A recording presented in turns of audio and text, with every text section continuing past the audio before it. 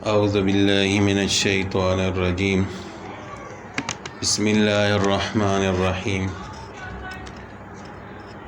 سورۃ حامیم سجدہ، یہ مکی صورت ہے۔ اس کی 54 آیات اور 6 رکوع ہیں۔ حامیم یہ حروف مقطعات میں سے ہے، جس کا مطلب اللہ تعالیٰ جانتے ہیں۔ تنزیل من الرحمن الرحیم، اتاری ہوئی ہے بڑے مہربان بہت رحم والے کی طرف سے۔ کتاب ہے، فصلت آیاتہ، جس کی آیتوں کی واضح تفصیل کی گئی ہے۔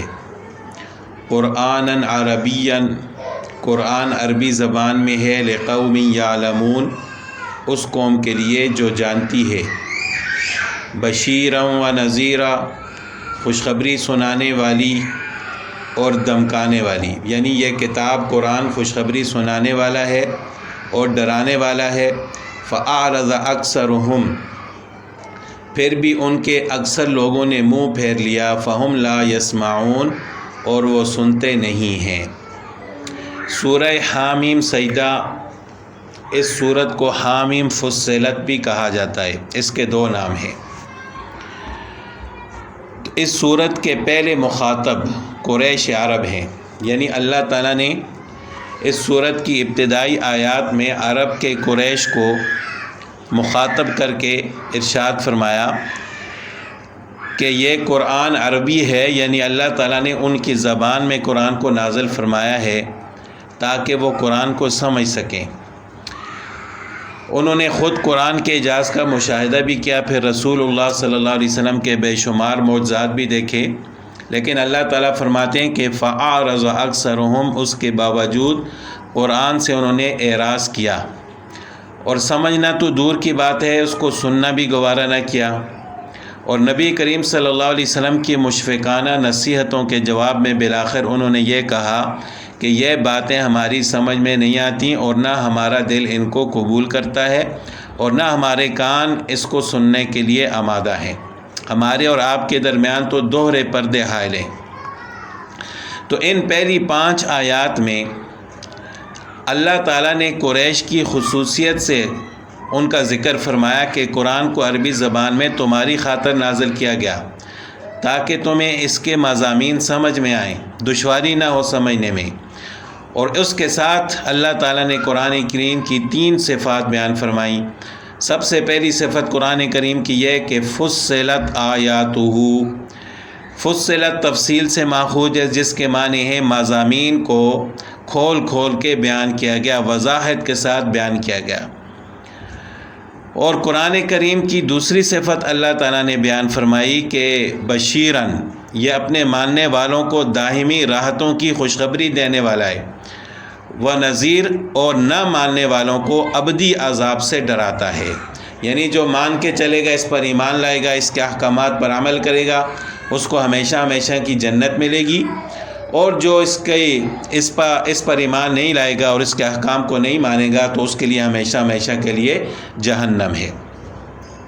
ان سب صفات کو بیان کرنے کے بعد اللہ تعالیٰ نے فرمایا کہ لقوم یعلمون، یعنی آیات قرآن کا عربی زبان میں ہونا، واضح اور صاف ہونا، بشارت دینے والا ہونا، ڈرانے والا ہونا، یہ سب ایسے لوگوں کو نفع دے سکتا ہے جو سوچنے اور سمجھنے کا ارادہ بھی کریں۔ یعلمون کے لفظ سے اس جگہ یہی سوچنے اور سمجھنے کی صلاحیت مراد ہے، یعنی جانتے تو وہ بھی تھے لیکن ان کے اندر سوچنے اور سمجھنے کی صلاحیت نہیں تھی، ضد کی وجہ سے وہ سمجھنا ہی نہیں چاہتے تھے۔ تو کفار قریش جو اس صورت کے مخاطب ہیں، انہوں نے نزول قرآن کے بعد ابتداء اسلام میں تو سب سے پہلے انہوں نے اپنے زور اور قوت سے اسلام کو دبانے کی کوشش کی، اسلام لانے والوں کو طرح طرح کی تکلیفیں پہنچاتے رہے تاکہ وہ ڈر جائیں، لیکن اس کے باوجود اسلام دن بدن بڑھتا رہا اور ترقی کرتا رہا۔ پہلے تو حضرت حمزہ رضی اللہ تعالیٰ عنہ جو آپ صلی اللہ علیہ وسلم کے چچا تھے، وہ قریش کے سردار تھے، سب سے پہلے وہ مسلمان ہوئے۔ پھر اس کے بعد عمر بن خطاب رضی اللہ تعالیٰ عنہ جو قریش کے سرداروں میں سے تھے، وہ جب ایمان لائے تو اب قریش مکہ نے ڈرانے کے بجائے ترغیب اور لالچ کا طریقہ استعمال کرنا شروع کر دیا. یعنی اب وہ ڈراتے تو نہیں تھے، لیکن مسلمانوں کو اور خاص کر آپ صلی اللہ علیہ وسلم کو لالچ دینے لگے کہ آپ کسی طریقے سے اسلام سے باز آ جائیں. تو ایک واقعہ اس کے بارے میں آتا ہے کہ قریش کا ایک سردار تھا جس کا نام تھا عتبہ بن ربیعہ. ایک دن قریش کی ایک جماعت کے ساتھ مسجد حرام میں بیٹھا ہوا تھا. دوسری طرف رسول اللہ صلی اللہ علیہ وسلم مسجد کے کونے میں اکیلے بیٹھے تھے. عتبہ نے اپنی قوم سے کہا کہ اگر آپ لوگوں کی رائے ہو، آپ لوگ مجھے مشورہ دیں تو میں محمد صلی اللہ علیہ وسلم سے گفتگو کروں اور ان کے سامنے کچھ ترغیب کی چیزیں پیش کروں. یعنی ان کو کچھ پیشکش کروں کہ وہ یہ چیزیں لے لیں اور اسلام سے پیچھے ہٹ جائیں، تاکہ وہ ہمارے دین و مذہب کے خلاف تبلیغ کرنا چھوڑ دیں. یہ اس وقت کا واقعہ کہ جب حضرت حمزہ رضی اللہ تعالیٰ عنہ مسلمان ہو چکے تھے اور مسلمانوں کی قوت دن بدن بڑھتی جا رہی تھی. عتبہ کی پوری قوم نے اس کو اجازت دی کہ اے ابو الولید اس کی کنیت تھی کہ آپ ضرور ایسا کریں اور ان کے ساتھ جا کر گفتگو کریں. عتبہ اپنی جگہ سے اٹھ کر رسول اللہ صلی اللہ علیہ وسلم کی خدمت میں حاضر ہوا اور یہ گفتگو شروع کی کہ اے ہمارے بھتیجے. چونکہ آپ صلی اللہ علیہ وسلم کا تعلق بھی قریش کے ساتھ تھا، تو اس وجہ سے وہ کہنے لگا اے ہمارے بھتیجے، آپ کو معلوم ہے کہ ہماری قوم قریش میں آپ کو ایک مقام بلند نسب اور شرافت کا حاصل ہے. آپ کا خاندان وسیع اور ہم سب کے نزدیک مکرم اور محترم ہے، مگر آپ نے قوم کو ایک بڑی مشکل میں پھنسا دیا ہے. آپ ایک ایسی دعوت لے کر آئے ہیں جس نے ہماری جماعت میں تفرقہ ڈال دیا، ان کو بے وقوف بنایا، ان کے معبودوں پر اور ان کے دین پر عیب لگایا.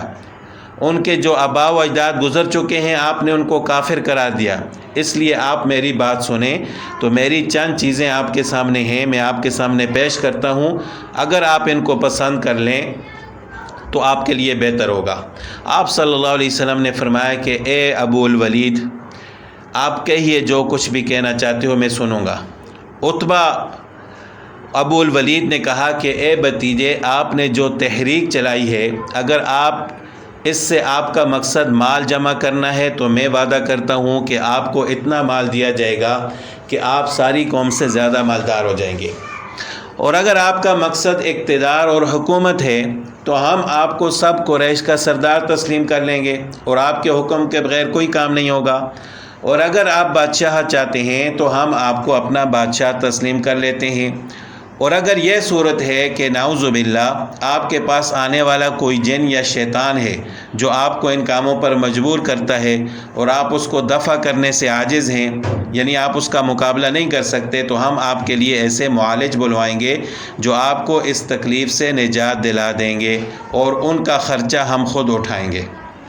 جب اس نے یہ باتیں کر لیں تو آپ صلی اللہ علیہ وسلم خاموشی سے سنتے رہے. اس کے بعد فرمایا کہ اے ابو الولید، آپ اپنی بات پوری کر چکے؟ اس نے کہا کہ ہاں. آپ صلی اللہ علیہ وسلم نے فرمایا کہ اب میری بات سنو. عتبہ نے کہا کہ بے شک میں سنوں گا.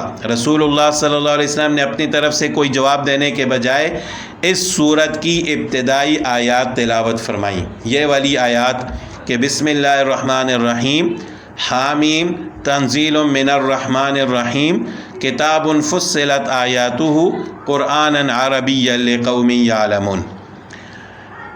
تو جب آپ صلی اللہ علیہ وسلم یہ آیات پڑھتے رہے، جب اس آیت پر پہنچے کہ فَإِنْ أَعْرَضُوا فَقُلْ أَنذَرْتُكُمْ صَاعِقَةً مِثْلَ صَاعِقَةِ عَادٍ وَثَمُودَ، تو عتبہ نے آپ صلی اللہ علیہ وسلم کے منہ مبارک پر ہاتھ رکھ لیا کہ آپ اپنے نسب اور رشتے کی قسم دی کہ ان پر رحم کیجیے، یعنی اس عذاب کا ذکر نہ کیجیے اور آگے کچھ نہ فرمائیے. تو جب رسول اللہ صلی اللہ علیہ وسلم نے یہ آیات پڑھنا شروع کی تو عتبہ خاموشی کے ساتھ سننے لگا اور اپنے ہاتھوں کو پیٹھ پیچھے ٹیک لگا لی تاکہ غور سے سن سکوں. تو آپ صلی اللہ علیہ وسلم نے پھر اسی صورت میں سجدہ والی آیت تلاوت فرمائی اور پھر سجدہ بھی فرمایا.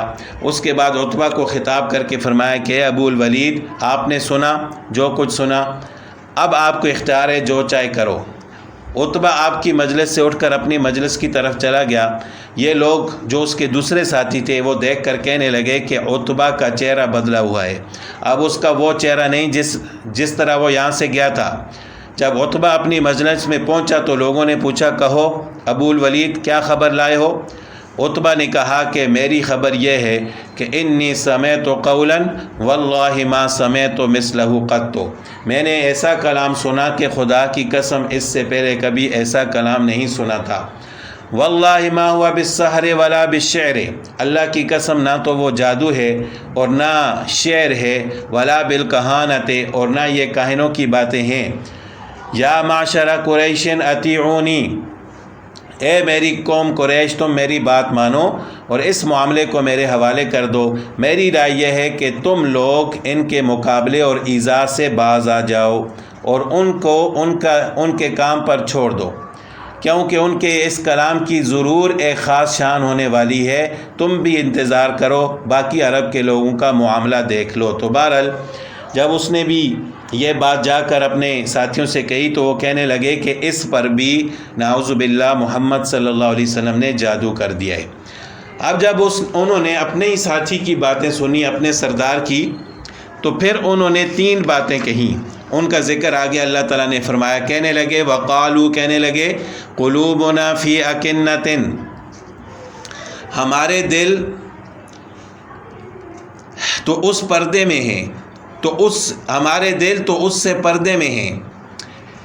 وفی آذاننا تدعوننا الیہ، یعنی جس کی طرف آپ ہمیں بلا رہے ہیں، تدعونا الیہ، جس کی طرف ہمیں بلا رہے ہیں، ہمارے دل تو اس سے پردے میں ہیں۔ وفی آذاننا وقر، اور ہمارے کانوں میں بوجھ ہے۔ ومن بیننا وبینک حجاب، اور ہم میں اور تمہارے درمیان ایک حجاب ہے، پردہ ہے۔ فاعمل اننا عاملون، اچھا تو اب اپنا کام کیجئے، جا ہم بھی یقیناً کام کرنے والے ہیں۔ تو یہ 3 باتیں انہوں نے اس وقت کہیں جب عتبہ ان کے پاس گیا۔ تو پہلی بات ان کی یہ تھی کہ ہمارے دلوں پر پردہ ہے، آپ کی بات ہماری سمجھ میں نہیں آتی۔ دوسرے یہ کہ آپ کے کلام سے ہمارے کان بہرے ہیں۔ تیسرا یہ کہ ہمارے اور آپ کے درمیان پردے حائل ہیں۔ تو اس کا جواب جب آپ صلی اللہ علیہ وسلم نے یہ باتیں سنی تو اللہ تعالیٰ نے اس کا جواب دینے کے بجائے فرمایا کہ آپ صبر کیجئے، ان کی باتوں پر صبر کیجئے۔ قل انما انا بشر مثلکم، اور کہہ دیجئے کہ میں تو ایک انسان ہوں تمہاری طرح۔ یوحی الیہ، میری طرف وحی کی جاتی ہے۔ انما الہکم الہ واحد، کیا وحی کی جاتی ہے کہ تمہارا الہ صرف ایک ہے۔ فاستقیموا الیہ، سو تم اسی کی طرف متوجہ ہو جاؤ۔ واستغفروہ، اور اس سے گناہوں کی معافی مانگو۔ وویل للمشرکین، اور مشرکوں کے لیے بڑی خرابی ہے۔ اب بڑی خرابی کیا ہے؟ الذین لا یؤتون الزکاۃ، ان کے لیے بڑی خرابی یہ ہے کہ جو زکوٰۃ نہیں دیتے۔ وہم بالآخرۃ ہم کافرون، اور آخرت کے منکر ہیں۔ ان الذین آمنوا وعملوا الصالحات، اور جو لوگ ایمان لائے اور انہوں نے نیک اعمال کیے، لہم اجر غیر ممنون، ان کے لیے اٹل اور انتھک اجر ہے، یعنی ان کے لیے ایسا اجر ہے کہ جو نہ ختم ہونے والا، دائمی اور غیر منقطع ہوگا۔ اب یہاں پر سوال یہ پیدا ہوتا ہے کہ ان کے بارے میں یہ کہا گیا ہے کہ مشرکین کے لیے ہلاکت ہے، بربادی ہے، وہ کہ جو زکوٰۃ ادا نہیں کرتے۔ اب یہاں پر چند اعتراضات ہیں جو سوالات ذہن میں پیدا ہوتے ہیں۔ پہلا اشکال تو یہ ہے کہ یہ آیت مکی ہے، جبکہ زکوٰۃ کی فرضیت مدینہ میں نازل ہوئی، تو فرض ہونے سے پہلے ہی ان پر عدم ادائیگی زکوٰۃ کا الزام کیسے درست ہے؟ تو اس کا جواب یہ ہے کہ اصل زکوٰۃ تو ابتدائی اسلام میں نماز کے ساتھ ہی فرض ہو گئی تھی، البتہ مدینہ میں زکوٰۃ کا نصاب، اس کی تفصیل کہ کس پر فرض ہے، کس سے لیا جائے گا، کس کو دیا جائے گا، کتنے مال پر زکوٰۃ فرض ہے، یہ تمام احکام مدینہ میں نازل ہوئے۔ البتہ زکوٰۃ کا حکم مکہ میں ہی نماز کے ساتھ نازل ہو گیا تھا۔ دوسرا سوال یہ پیدا ہوتا ہے کہ وہ تو کافر تھے، مشرک تھے، تو جب کہ یہ عبادات کا حکم تو مسلمانوں کے لیے، کافروں کے لیے تو نہیں ہے، وہ تو ابھی مسلمان ہی نہیں ہوئے تھے، تو پھر ان پر زکوٰۃ کی عدم ادائیگی پر ان پر عتاب کیوں کیا گیا؟ تو اس کا جواب فقہا نے یہ دیا ہے کہ یہ ان کی علامت بیان کی گئی ہے کہ تم مشرک ہو، اللہ کو نہیں مانتے، اور اس کی علامت یہ ہے کہ تم زکوٰۃ نہیں دیتے، یعنی اگر تم ایمان والے ہوتے تو ضرور زکوٰۃ دیتے۔ اب تیسرا سوال یہ ہوتا ہے کہ زکوٰۃ سے پہلے تو نماز زیادہ اہم ہے، تمام عبادات میں سے افضل نماز ہے، تو ان کو نماز کا نہیں کہا گیا، لیکن زکوٰۃ کے بارے میں کہا گیا کہ وہ زکوٰۃ نہیں دیتے۔ تو اس کا جواب یہ ہے کہ قریش عرب مالدار لوگ تھے اور صدقہ و خیرات، غریبوں کی امداد ان کا خاصہ تھا، یعنی وہ اکثر کرتے رہتے تھے، مگر جو لوگ مسلمان ہو جاتے تو یہ لوگ ان کو اس طرح کی خاندانی اور معاشرتی امداد سے بھی محروم کر دیتے تھے، یعنی ان کے ساتھ تعلق بھی ختم کر دیتے تھے اور ان کی مالی معاونت بھی ختم کر دیتے تھے۔ تو بہرحال جو لوگ ایمان والے ہوں گے، نیک اعمال کرنے والے ہوں گے، ان کے لیے ایسا اجر ہوگا کہ وہ دائمی ہوگا، غیر منقطع ہوگا، یعنی ایمان والوں کے لیے ایسا اجر ہے کہ اگر کسی وجہ سے وہ کام نہ بھی کر سکیں، حدیث میں آتا ہے کہ ایک آدمی بیمار ہوتا ہے، صحت کی حالت میں جو اعمال کرتے ہیں وہ بیماری کی وجہ سے نہیں کرتا، لیکن پھر بھی اللہ تعالیٰ فرشتوں کو حکم دیتے ہیں کہ یہ عمل مسلسل اس کے نامہ اعمال میں لکھتے رہو۔ تو یہ مطلب ہے لہم اجر غیر ممنون۔